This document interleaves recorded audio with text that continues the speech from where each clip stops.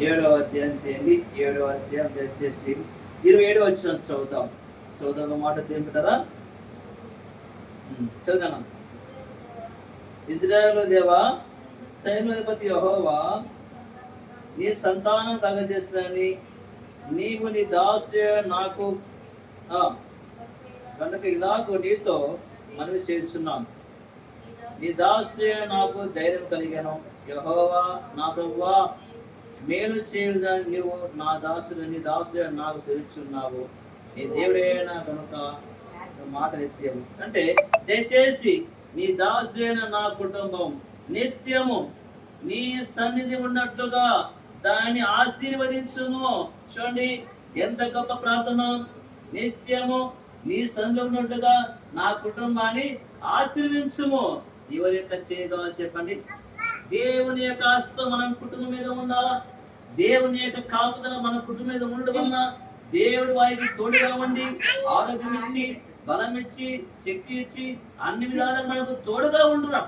కనుక ఈ రాత్రికాల సమయంలో దేవుడు చేసిన గొప్ప మేలు ఏంటంటే కనుక సురక్ష విషయంలో చూడండి, సంవత్సరం వరకుని సంవత్సరాంత వరకు ఎవరి రెక్కల కింద భద్రపరిచారు చెప్పండి. కోడి తన రెక్కల కింద తన పిల్లలను చేర్చుకున్నట్టుగా మన పిల్లలు కూడా ఆ విధంగా పెంచిన వాడుగా ఉన్నాం.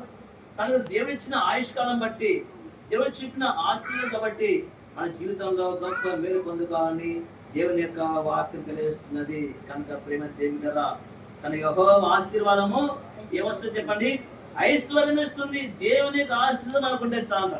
నువ్వు ఎక్కడ ఉన్నా, ఏ ప్రశ్నలు ఉన్నప్పటికీ యెహోవా నీ ఆశీర్వాదము నా ఇంటి మీద ఉండాలయ్యా, నీ చెయ్యి నా ఇంటి మీద ఉండాలా, నీ కాపుదల నా ఇంటి మీద ఉండాలా, నీ సంరక్షణ, నీ కాపుదల, నీ భద్రత, నీ సన్నిధి నన్ను విడిచి పోవని వద్దు అని ప్రార్థన చేసుకోవాలా. ఎంత గొప్ప భక్తులు చూడండి. గొప్ప గొప్ప భక్తులు ఏం చేస్తున్నారు అంటే వారి పిల్లలు ఒక రేయింబగులు ప్రార్థన చేస్తున్నారంట. కనుక దీపిక, అదేవిధంగా సందీప్ కుటుంబంలో దేవుడికి ఇచ్చిన గొప్ప గిఫ్ట్ని బట్టి మనం ప్రార్థన చేయవలసిన వారంగా ఉన్నాం. అన్నిటికంటే ముఖ్యంగా దేవుడిచ్చిన ఆరోగ్యం బట్టి ఈ సంవత్సరం అంతా ఆ రెక్కల కింద భద్రపరిచినందుకే. ఎందుకంటే మన పిల్లలంట నగరకు చెక్కిన మూల స్తంభం వల్లే సిద్ధపరిచేశాడు. ఒక స్తంభం ఉండాలంట. ఒక ఇంటికి 4 స్తంభాలు ఎలా ఉన్నాయో ఆ రీతిగా మన పిల్లలు కూడా ఒక స్తంభములుగా తయారు చేయాలంటే ఎలా చేయాలని కారుగా చెప్పండి. చదువులో కారపుగా ఉండాలి. చూడండి దేవుడు 3 పేటలు త్రాడు త్వరగా తెగిపోదు. కనుక మన పిల్లలు చూడండి, మనం ఎలా ఉన్నామంటే పిల్లల్ని పెంచే విధానం చాలా ప్రాముఖ్యం. మనం ఏదో గొప్పగా పనులు చేసేదానికంటే సండే స్కూల్ పంపించాలి.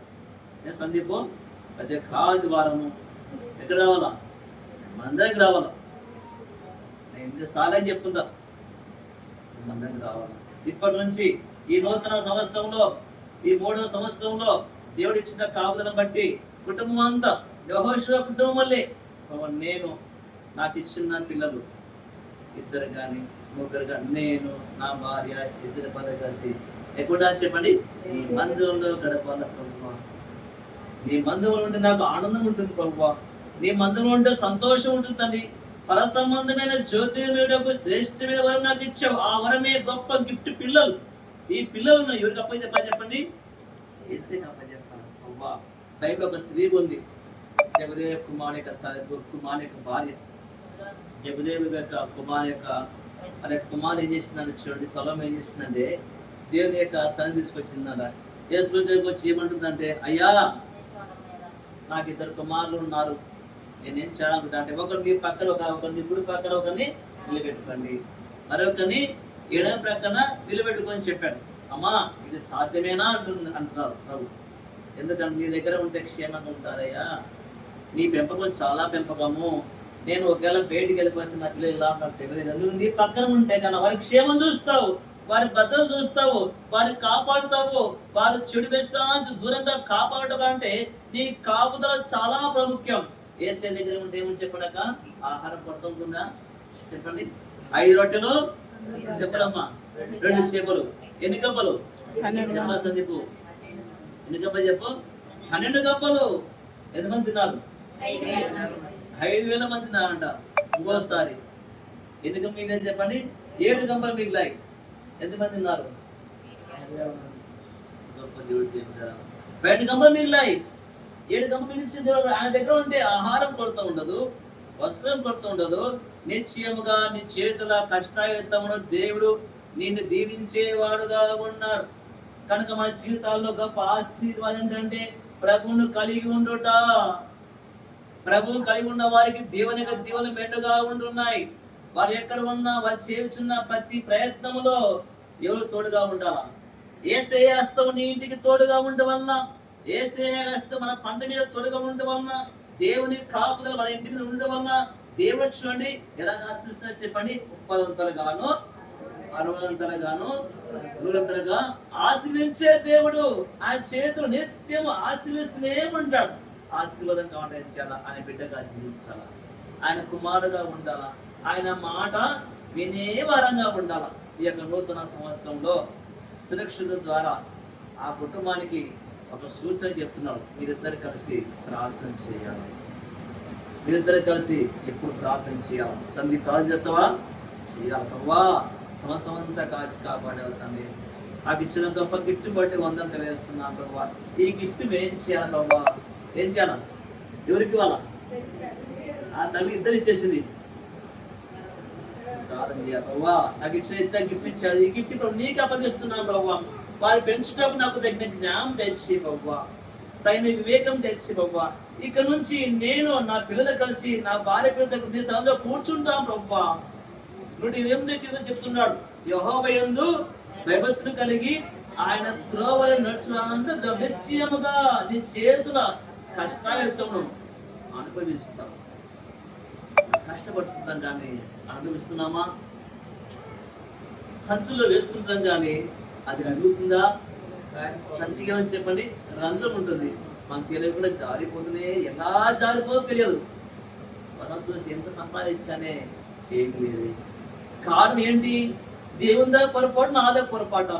దేవుడు సృష్టికర్తను నన్ను పుట్టించిన వాడుగా ఉన్నాడు, నాకు ఆహారం ఇచ్చిన వాడుగా ఉన్నాడు, నాకు వస్త్రం ఇచ్చిన వాడుగా ఉన్నాడు, గృహం ఇచ్చిన వాడుగా ఉన్నాడు, కుటుంబం ఇచ్చిన వాడుగా ఉన్నాడు, పిల్లలు ఇచ్చిన వాడుగా ఉన్నాడు. కానీ నేను దేవునికి మహిమకరంగా జీవిస్తున్నానా? ఇది ఇచ్చిన దేవుణ్ణి నేను మహిమపరుస్తున్నానా అని మనలో దేవుడు ప్రశ్నిస్తున్నాడు. ఈ దినం నుంచి ఈ కుటుంబానికి ఆశీర్వాదం కావాలని కోరుకుంటున్నాడు. ఈ దినం నుంచి దేవుడు నీ కొత్త జీవితం ఇవ్వాలని కోరుకుంటున్నాడు.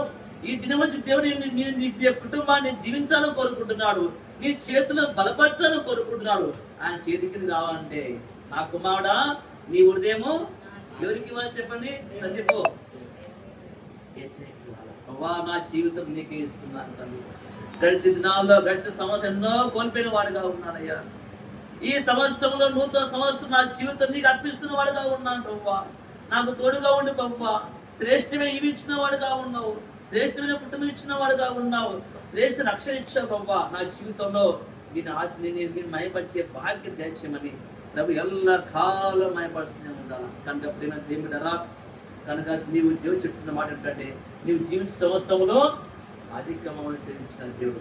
కనుక దేవుని యొక్క వాక్యం తెలియజేస్తుందంటే యెహోవా నా కాపరి, పచ్చి గల చోళ్ళ పరిత చేసేవాడుగా ఉన్నాడు. జీవిత కాలం అంతే ఈ సౌలు నేను ఉంటున్నాను బాబా అని ప్రార్థన చేస్తున్నట్టే కన్నా దేవుడి కుటుంబంలో చేసిన గొప్ప మేలును బట్టి, దేవుడు చెప్పిన కాపుదలను బట్టి, సురక్షిత విషయంలో 2 సంవత్సరాలు కాల్చి కాపాడి 3వ సంవత్సరం ప్రవేశపెట్టడానికి దేవునికి మనము స్తుతి చేద్దాం, ప్రార్థన చేద్దాం. మొట్టమొదటిగా తల్లి ప్రార్థన చేయాలి. చేయండమ్మా, దీనిక మార్చి చేయాలా. ఎవరి పత్రేది? ఎవరికి పత్రి? పాప ప్రభా 2 సంవత్సరాలు కాల్చి కాపాడా ప్రభా. నువ్వు చేసిన మేలు బట్టి వందనం తెలియజేస్తున్నాం ప్రభా. ఇచ్చిన ధ్యాయం మనం చిన్న మార్చి చేయాలి. ఇద్దరు చేయాలి, తల్లి చేయాలా. సందీపో చేయండి. దీనిక చేయమా.